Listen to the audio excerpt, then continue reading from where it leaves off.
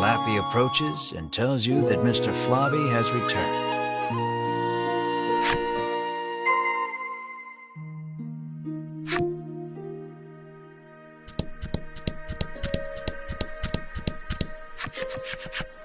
The girl is ecstatic that Mr. Flobby is finally back home. "I'm happy for you," Melanie says with a smile as she returns the handkerchief. The girl bows her head and thanks you deeply. Mr. Flobby looks as slimy as ever. You just hope it's a happy slime. "The headman wants us to bring Mr. Flobby to him. Would you mind?" you ask. "Of course not. But bring him back soon," she answers with a bright smile.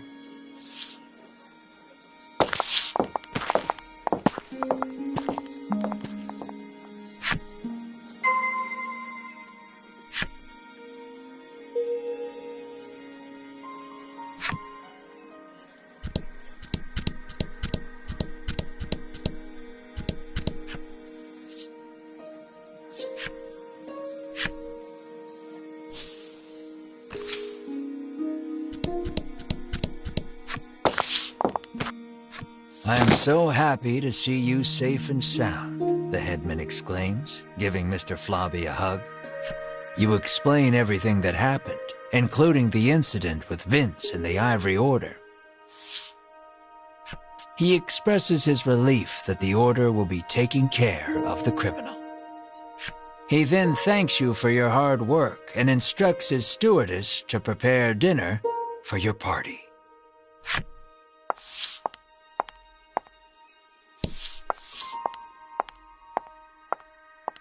You can feel your collective mouths watering at the sight of the lavish meal before you. You, Mar, and Ridis immediately dig in. You aren't sure where you find a moment to breathe among all the feasting. "Please, eat to your heart's content," the headman insists with a smile. Once your belly is full, you realize that Mr. Flobby is gone. And then... "Room for dessert?" the headman asks, offering you a plate of slimy jelly. You feel your stomach churning at the very sight of it.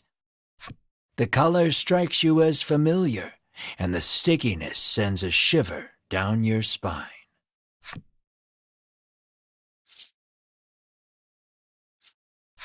Is this Mr. Flobby?" you ask the headman, your voice trembling in disbelief. The headman looks at you with a plain expression, one that holds no malice. "Is that a problem?" he questions back. "This dish is a masterpiece," he remarks with a light-hearted chuckle as he gazes at the jelly. "And I have you brave heroes to thank for it. Had you not brought that slime back, we would not be able to enjoy this exquisite dessert."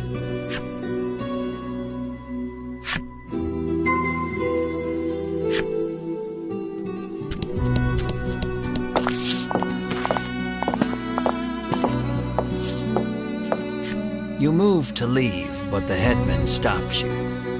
"I try to get my meat while it's still young and tender, but at least your pet is very plump," he remarks, licking his lips.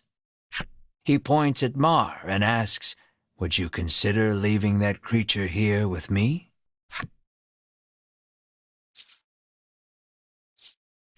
"Never," you refuse flatly, not bothering to hide your discomfort. "Think about it," he entreats. And then... You grab the headman by his lapels, hands trembling in fury.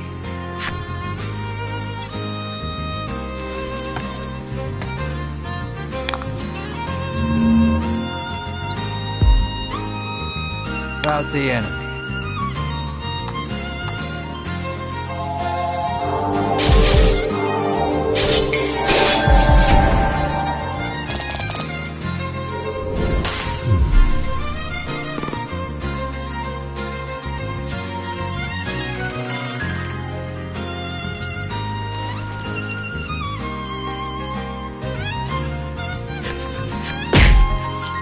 pummel the headman with all your might. Curled up on the ground, the headman groans in pain, but insists that monsters were meant to be eaten. You hug Mar tightly, reassuring him that you will not hand him over to anyone. Mar looks at you with his round eyes and mews softly. You meet eyes with the rest of your party and reach a tacit agreement. Together, you all stand and leave.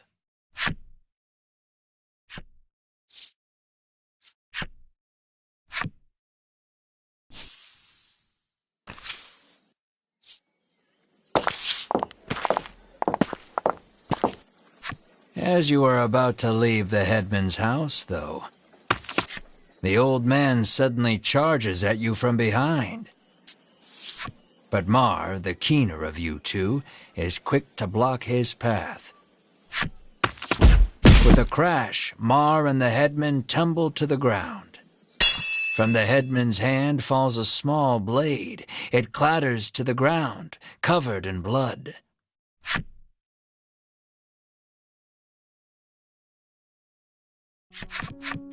You take the injured Mar to an inn where you can watch over him. You gaze at the unconscious Mar with concern. Despite the shallow wound, no amount of medicine seems to rouse Mar from the bed. I heard that my friends were in danger, so I came as quickly as I could, Lappy says. As he reaches Mar's bedside, he leans over and licks his wound. "This is what-you-call-it extract," he shouts. He explains that it is a poison extracted from a certain monster. If it enters the body, it drastically reduces one's stamina. Hearing those words, you realize the headman's blade must have been coated in this poison. Mar's condition starts to make sense. "Isn't there anything we can do?" Melanie asks. Lappy's eyes widen in realization before he places his mouth over Mar's wound and begins sucking. He then puts the what-you-call-it extract into a bottle and hands it to you.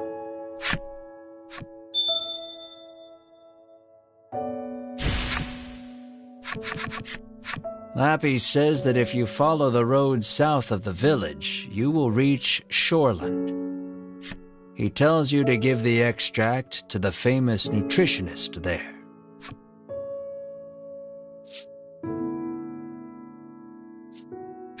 Realizing that you are at fault for this, you don't hesitate to undertake the quest. But this is strange. The extract comes from a monster, so it should have no effect on one, Lappy remarks with a curious tilt of his head.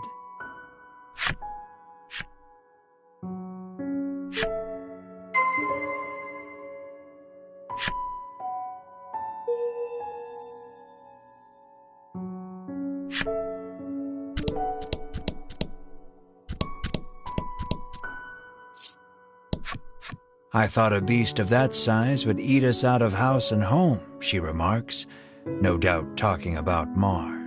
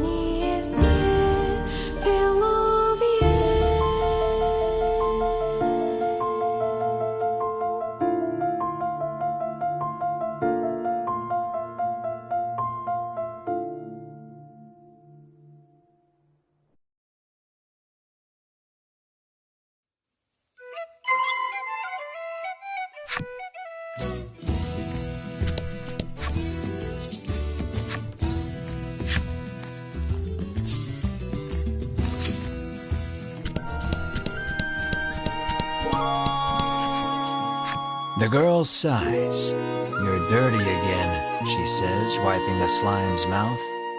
Mr. Flobby, you're alive, you exclaim in glee. This is Mr. Globby, Mr. Flobby's cousin, she tells you.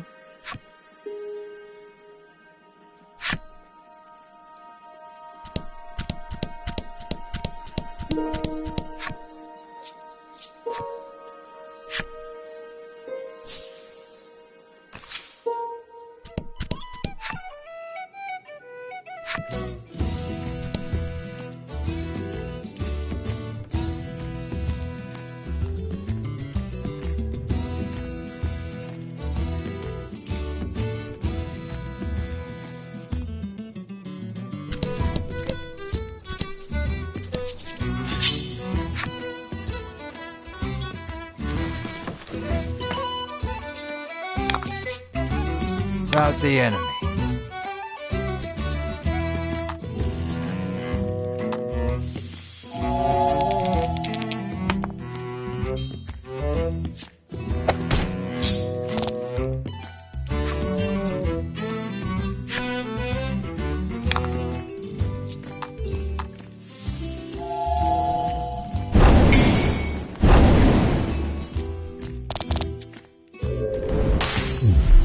Nice work.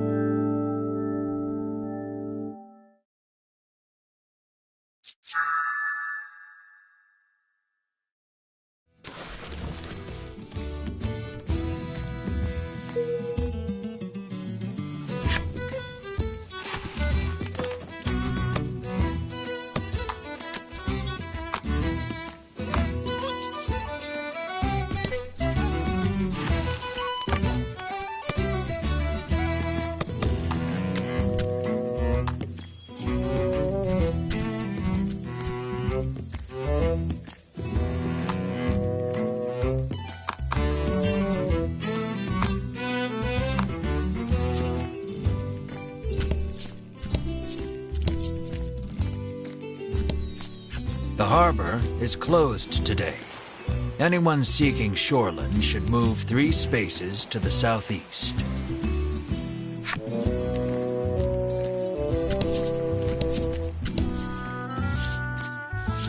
Look, you two, it's the sea, Riddis exclaims, frolicking in glee.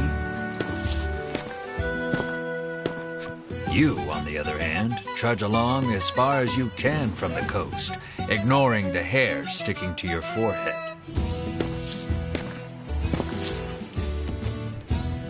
Feeling something at your feet, you glance down. There's something underneath your boot. It appears you've stepped on a monster's cape, making it very upset. It attacks you in fury.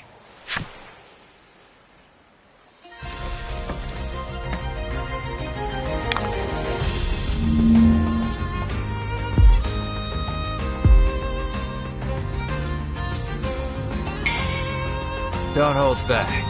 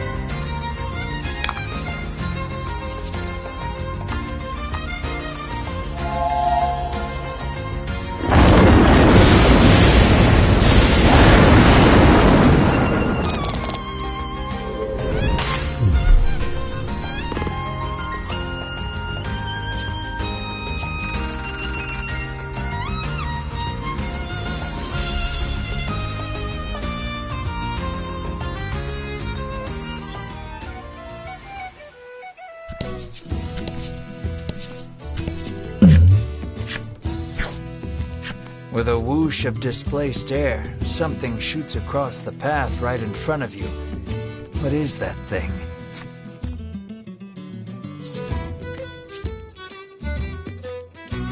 Careful not to attract attention to yourself. You sneak a glance in the direction the thing flew. Yep, monster, just like you thought. Scattered in the monster's wake are gold coins, glittering in the sunlight.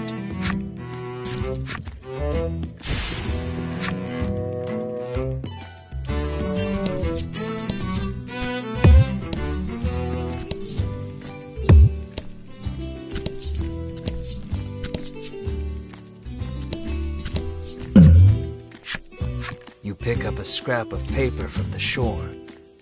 I threw a mercenary's sword into the sea, and in turn, true happiness was granted me, it reads. It might be worth trying yourself if you happen to have a mercenary's sword.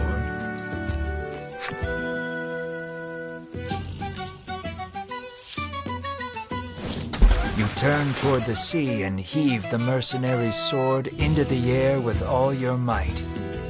The pommel of a sword rises, glistening from the waves. As it does, you hear a voice. Is this fine, gleaming sword the one you cast into my waves? It asks.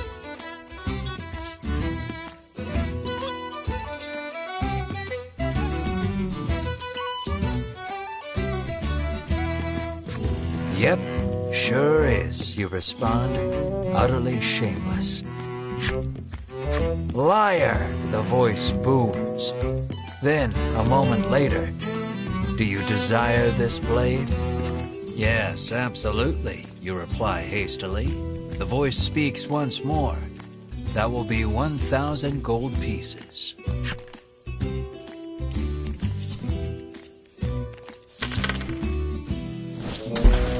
You heave 1,000 gold pieces into the waves. The sword slowly rises from the water and floats gently onto the shore before you. You take up the sword, heart racing with anticipation. Your brow furrows. There's nothing special about it at all. You could have bought this anywhere.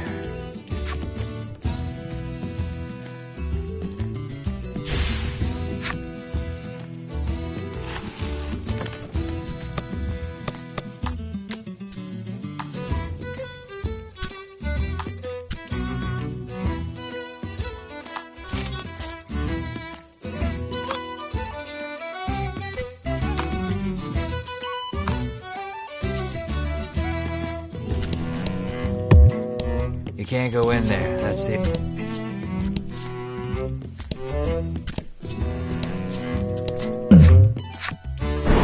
The wind picks up speed. A tornado is forming.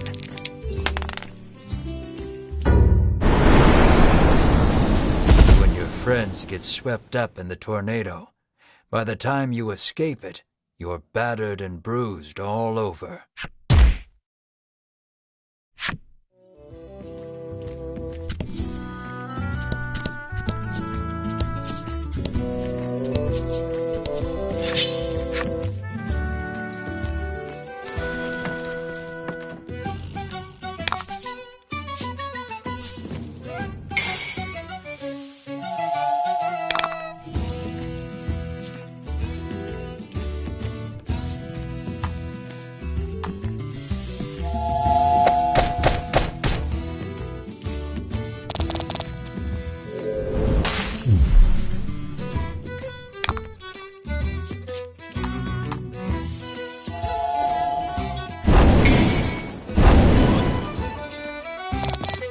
Excellent.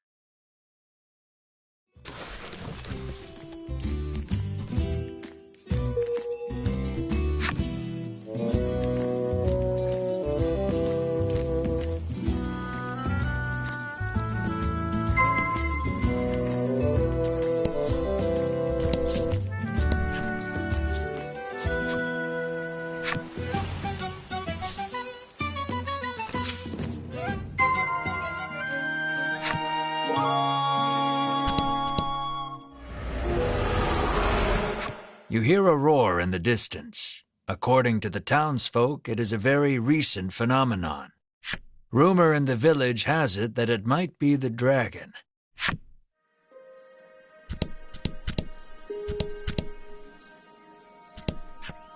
You set foot inside the inn only to be greeted with the great clanging of a bell.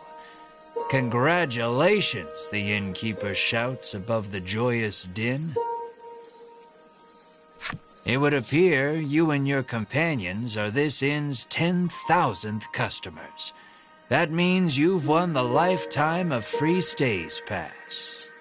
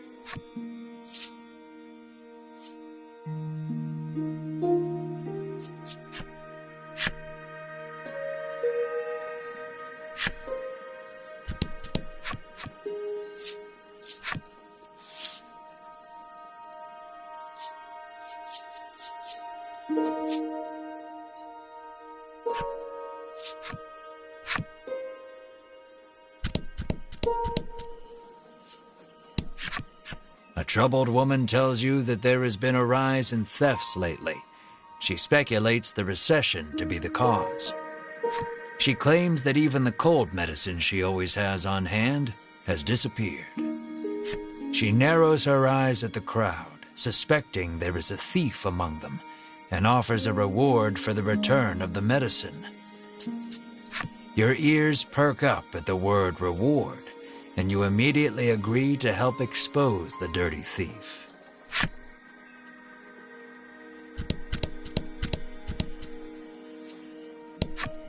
The man says the fishing industry is usually thriving in their seaside town, but recently nets have been coming up empty. He mentions that even the fishing harbor to the northwest has been suffering from poor hauls of late.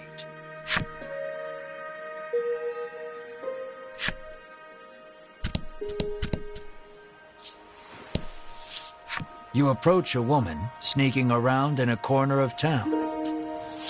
Hearing your voice, she turns in surprise. You see a vial of cold medicine clutched in her hands. You explain that the person she stole it from needs it back. The woman begins to explain her own situation with downcast eyes. "My poor little boy is bedridden," she says tearfully. "He needs medicine, but I don't have any money, so I took it."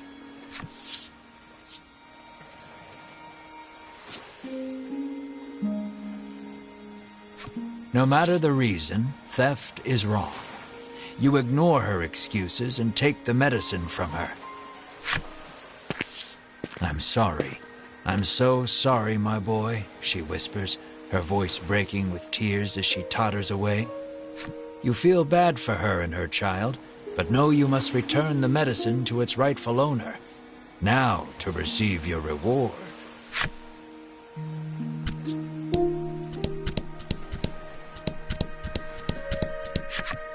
The woman thanks you for returning the medicine and bestows you with a reward.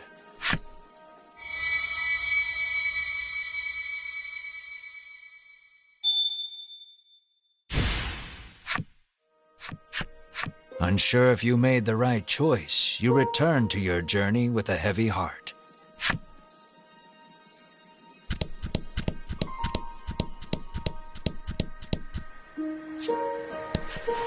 I can feel the dragon's presence. I must inform Lady Winifred, the knight mutters. You feel impatient, determined not to let the order beat you to it.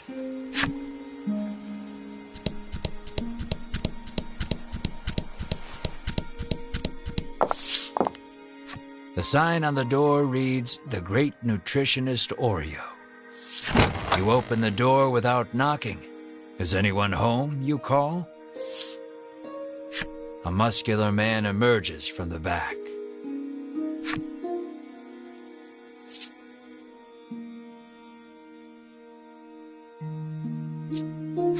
You politely ask if he is the nutritionist. "Indeed, I am the nutritionist Oreo," he answers. He says he has been studying dietetics here for many years. You hand Oreo the extract and explain that your comrade is now bedridden because of it. He stares at the extract for a long time, and then opens the bottle and laps at the liquid inside. "That's poison!" Melanie shouts in alarm. The man insists that he'll be fine with his expertise of nutrition, and insists that knowledge is power, as if that will help somehow. Regardless, it seems he managed to grasp the composition of the poison with that lick, and starts concocting a nutritional supplement to counter it. However, he says he needs a spry fish, which has been difficult to catch lately. He needs a special fish to make the necessary supplement.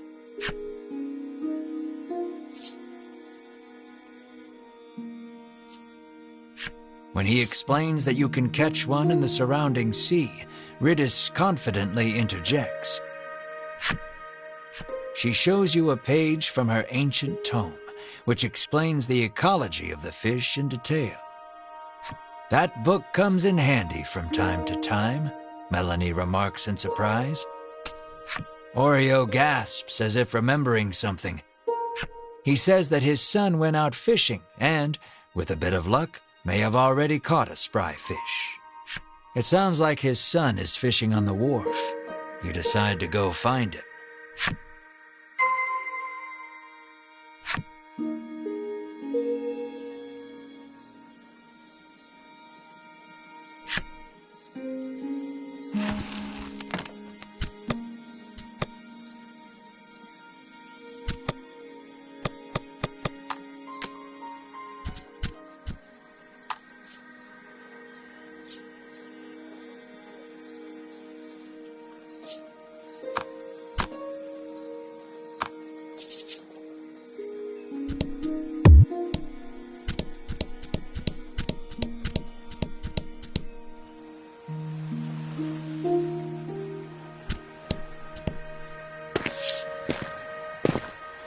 You see a young man with his line in the water and call out to him. He turns around and flexes, shouting out suddenly, "Power is power." You stare, enchanted by his bulging musculature. There is no doubt in your mind that this is Oreo's son. He asks if you have business with him.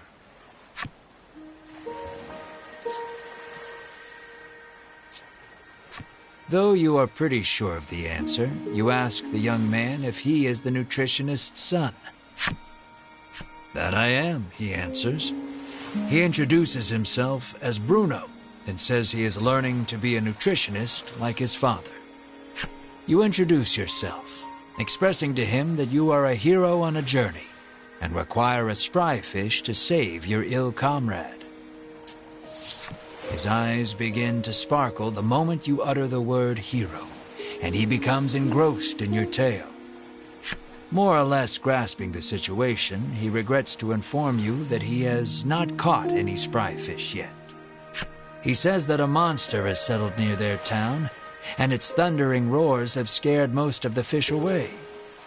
You know Oreo needs a spry fish to make that supplement. Hearing the despair in your voice, Bruno speaks, his words like an ember in the dark. He tells you that there is a harbor near town where fishermen gather. Perhaps you can find the fish you seek there. You thank him for the information, then head to the harbor with your comrades. Just as you are about to leave, Bruno offers to escort you there. Is it a reward you're after?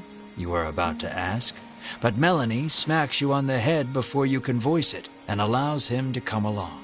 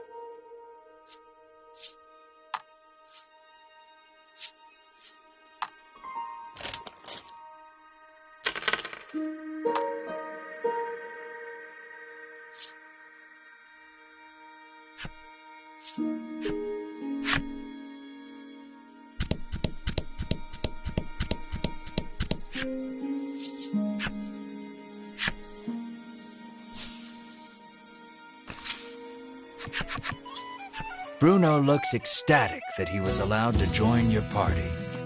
When you ask him why, he tells you that his dream is to be an adventurer and has thus been training every day. But his father, famed in the world of nutrition, forced him into following in his footsteps. One desires strength, the other knowledge. Unable to see eye to eye, the two fight nearly every day. What will you ask Bruno?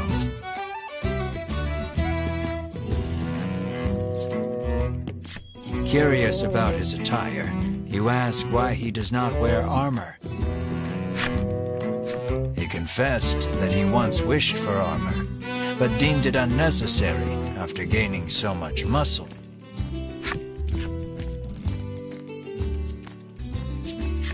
You ask Bruno about his sword arm, saying you are something of a swordsman yourself. Bruno replies that he specializes in hand-to-hand combat, then flexes his bulging biceps as proof. Apparently, he only carries around a sword to look like an adventurer. In that moment, you realize something. While his passion for being an adventurer is true, he is dumber than a sack of rocks. The words "birds of a feather flock together" run through your mind, but you quickly chase them away, afraid of what that means for you.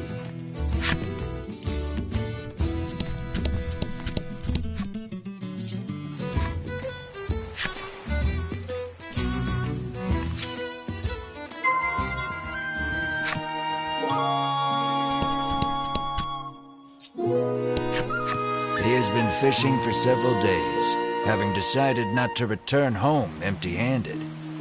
He hopes his wife and child back in Shoreland are well.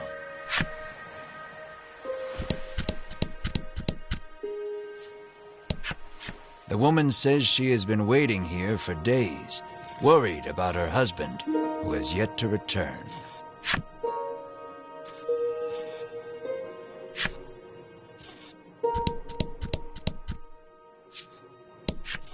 Lately, a monstrous roar has been disturbing the seas and scaring away all the fish. He sighs, lamenting that his catches have been poor as a result.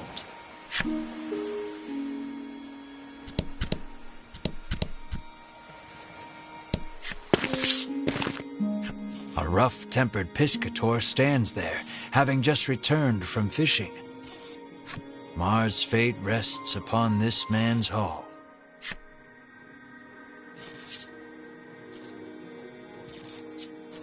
Terrible, he says, showing you the few fish he's caught. Inside, you see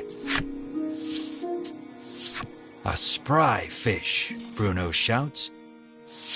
You ask him if you can have the spry fish, but he says he won't give it up for free.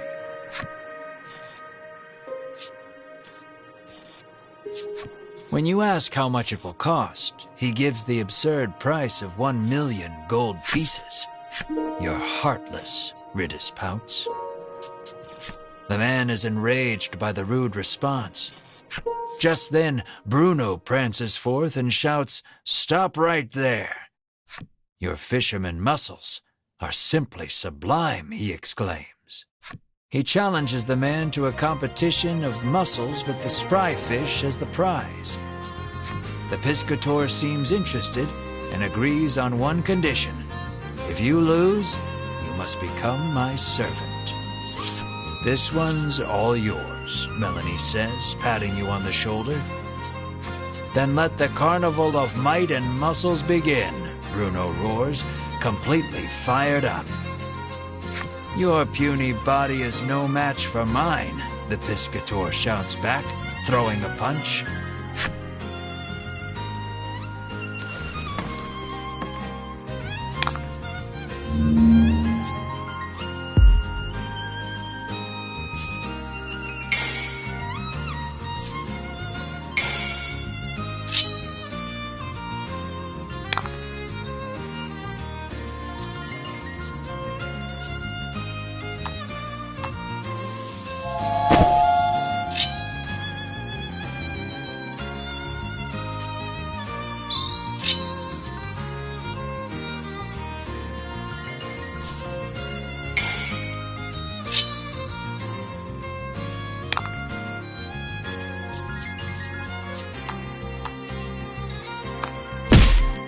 A battle of beefiness.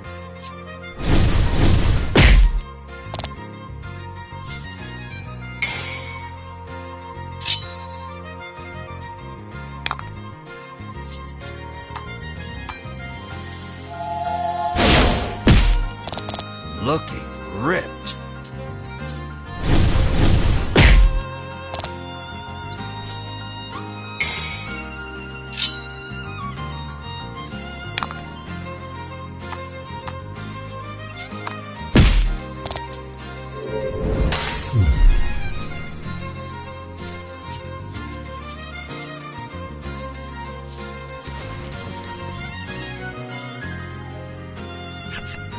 His victory sealed, Bruno strikes a glorious pose and shouts out, "Witness the power of power. Defeated, the Piscator hands over the spry fish to Bruno. Bruno extends a hand to the Piscator, who has fallen to his knees. With a serene smile, he takes the offered hand. An unspoken friendship begins to form between the two. Or at least, you hope that's what the prolonged silence between them means.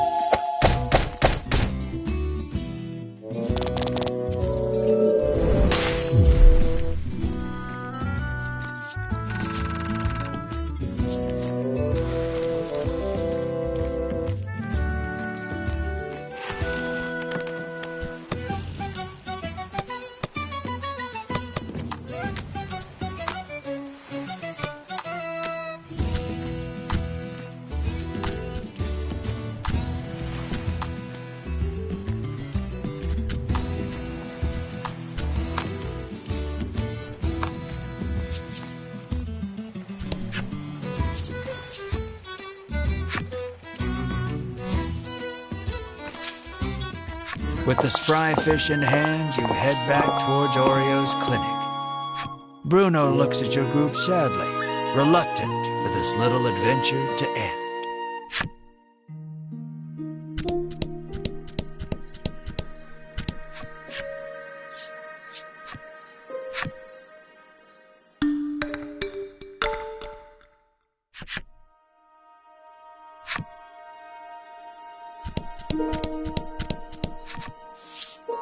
You hand the fish to Oreo and ask him to make you the supplement. "Give me a moment," he says, then takes the fish and heads into the back.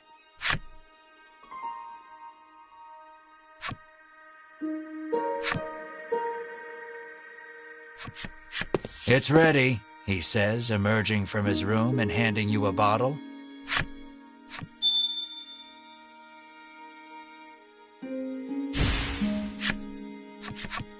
You hope this will get Mar back on his feet. You need to get back to Unionville on the double. But before that...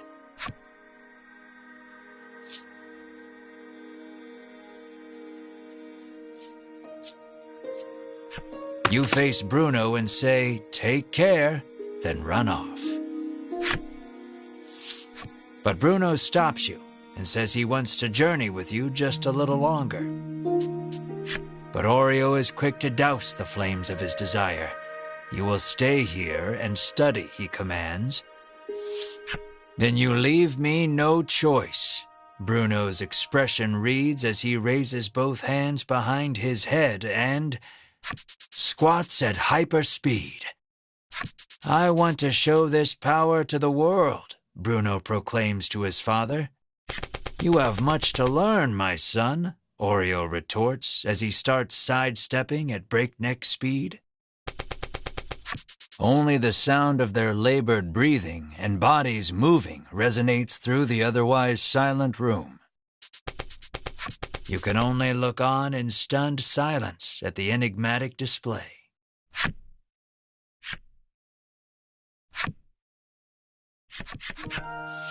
Bruno falls to his knees, panting. "This is my limit." "You have grown, my son," Oreo says, looking no worse for wear. "So are you coming with us or not?" Melanie interjects, ever the blunt one. Only our muscles know the answer, comes Bruno's cryptic reply. I don't get it, Ridis remarks frankly. On the condition that he study nutrition upon his return, Bruno is allowed to go with you for just a little while longer. You realize that these two have a very special way of talking that no one else can understand.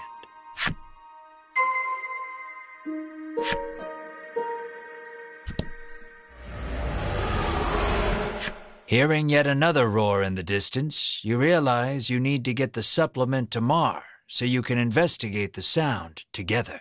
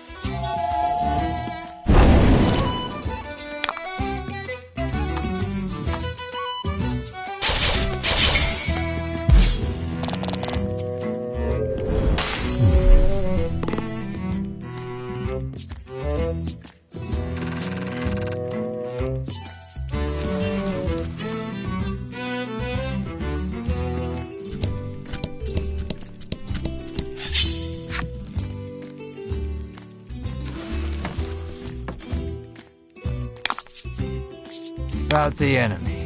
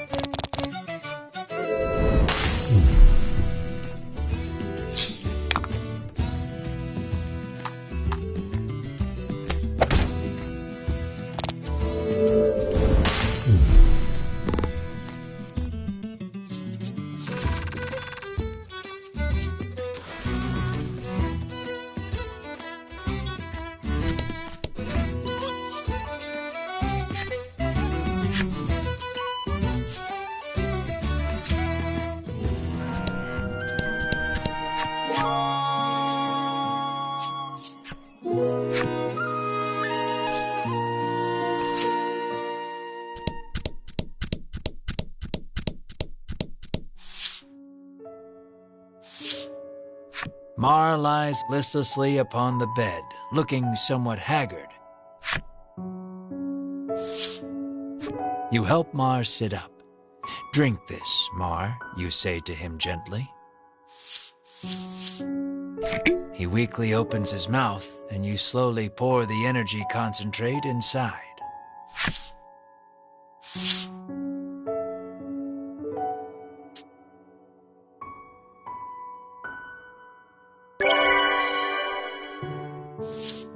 Mar abruptly bolts up and turns his head toward you with a puzzled look.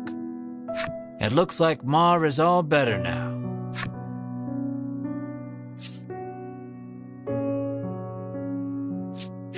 You give Mar a tight hug.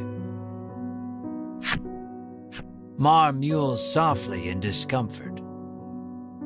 Overcome with joy, you sob and stroke Mar's head.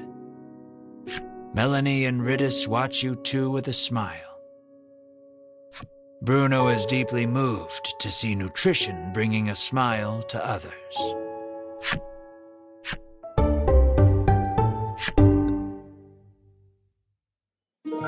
With this, you can finally put the happenings of that strange village behind you.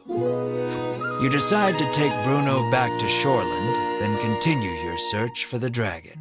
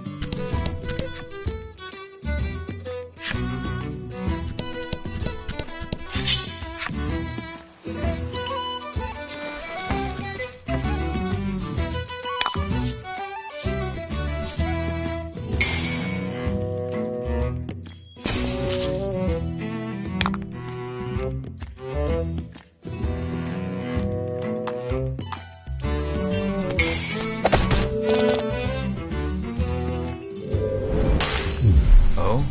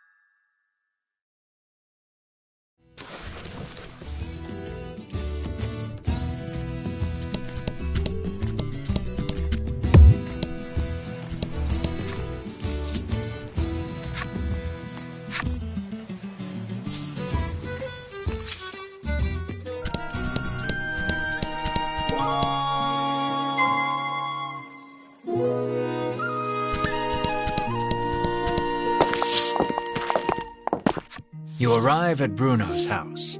Though he seems to want to adventure a little more, he reluctantly enters his house.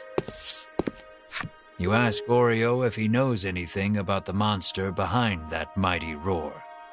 He says that the creature nests atop a tower not far from town.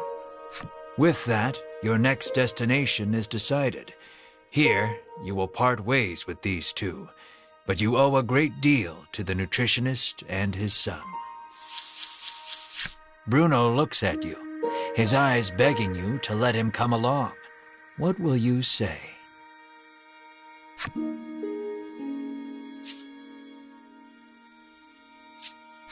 Let us defeat the dragon together, you say to him. You are sure his power and knowledge will come in handy against the beast. And you realize with a grin, he will be so happy just to come along that he will not want a share of the reward. Bruno is happy he can continue the journey, but Oreo stops him before he can get carried away. You must stay here and study, Oreo says.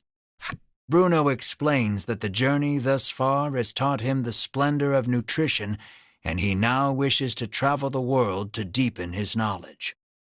After hearing his son out, Oreo suddenly removes his glasses. And in the blink of an eye, the flesh of Bruno's cheeks, pectorals, and abdomen recess. And Bruno is lifted off his feet with a dull roar. Your eyes go wide at Oreo's assault, which was too fast for your eyes to catch. Knowledge of nutrition can help save lives, but also strike down enemies, Oreo says softly. Wow, nutrition is incredible, Ridis marvels, not putting too much thought into the events before her. Knowledge is the true power. You tremble, never wanting to make an enemy of Oreo. Though Oreo still deems his son's knowledge insufficient, he tells him to travel the world and surpass him someday. Thank you, Father, Bruno says from the ground, moved to tears by the strength of Oreo's knowledge. So it comes to pass that you journey to the tower with Bruno to find the roaring beast.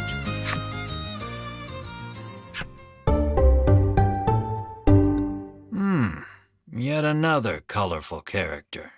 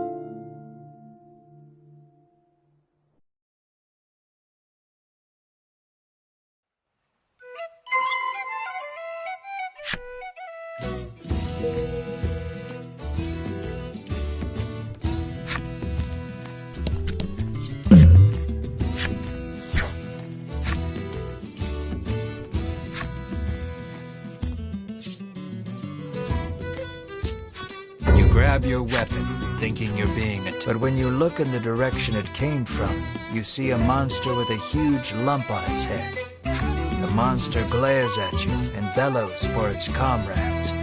There's no avoiding a fight now.